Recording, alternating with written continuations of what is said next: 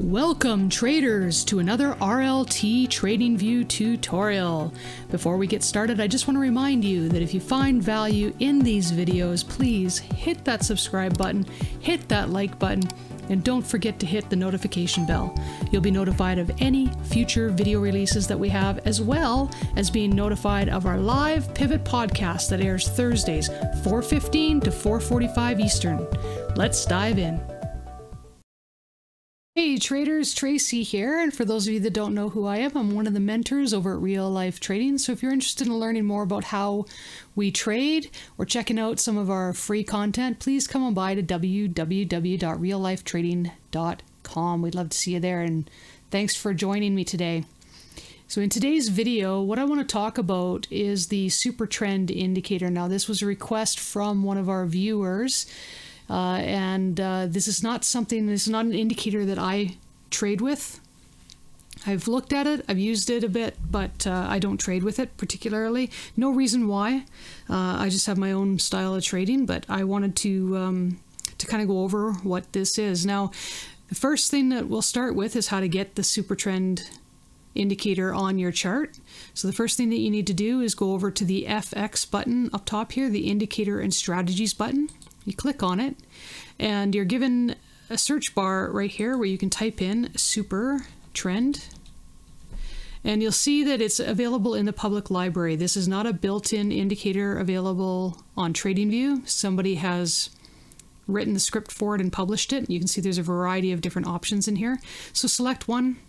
If you don't like it, pick another one until you find one that you like. This particular one here I have on my chart. And the basics of the Supertrend are as follows. It looks back a certain period of time, it calculates the average true range, and then it makes a calculation based on the movement of price to determine whether you should be in long or whether you should be in short. And it's a way to determine trends. So if we take a look at the settings, you go up to the indicator on the top left-hand corner and you look for the little gearbox, click it. It's going to take you into the settings, and as you can see, the average true range period, so this is the time frame that we're looking back at to calculate the average true range, is a 22 period range. And then there's a multiplier of 3, so they take that average true range, they multiply it by 3. That gives a calculation to determine whether or not you should be in long or in short. And I don't know all the math that's behind it. If you're interested in that, feel free to research it a bit more. But these are the standard settings. I wouldn't necessarily play around with it, but if you want to, I mean, go right ahead and see. Maybe you can tweak it a little bit so that it works better for you. So then just click OK. And what you'll see here is you'll see the section that's green, you'll see the section that's red. Basically, the green section is an uptrend, and the red section is supposed to be a downtrend. You got the buy signal right here at the start of the trend, and you've got the sell signal at the start of a downtrend. And this green line, this is a trailing stop. So this is basically where you would be putting your stop. And the red line would be where you'd be putting your stop if you were short. The idea is when you get a buy signal, you'd enter on that candle. So if you entered at the break of the top of the candle, your stop would be below here. So if we were to put a position tool on here, you could do something like that. And this would be your trade. Now, obviously, you don't get filled until about this particular spot right here. And then you would just continue to trail your stop up. And as you can see right at this area here, you'd end up getting trailed out of your position, and you'd also be getting a sell signal to go short. Now, that's the basics of how this works. And I mean, you can play with the indicator and come up with your own routine and strategy on how you want to enter. Maybe you want to enter on the close of those candles, I don't know, but you can play around with it. Now, some people have added a few little other things just to kind of tweak it a bit. One of them being a long-term moving average, typically. So if you look at this purple line, this is the 100 EMA. So the idea behind that is that if price is above the 100 EMA, you would be going for long only.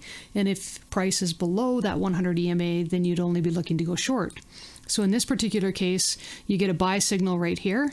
So you'd enter your trade. Let's just put the position tool on the break of that candle, for instance.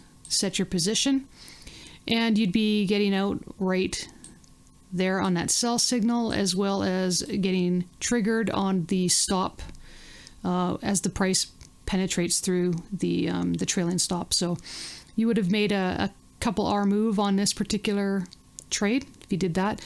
Now, once this sell signal comes in, of course, you wouldn't take that trade. You'd wait till you get the next buy signal.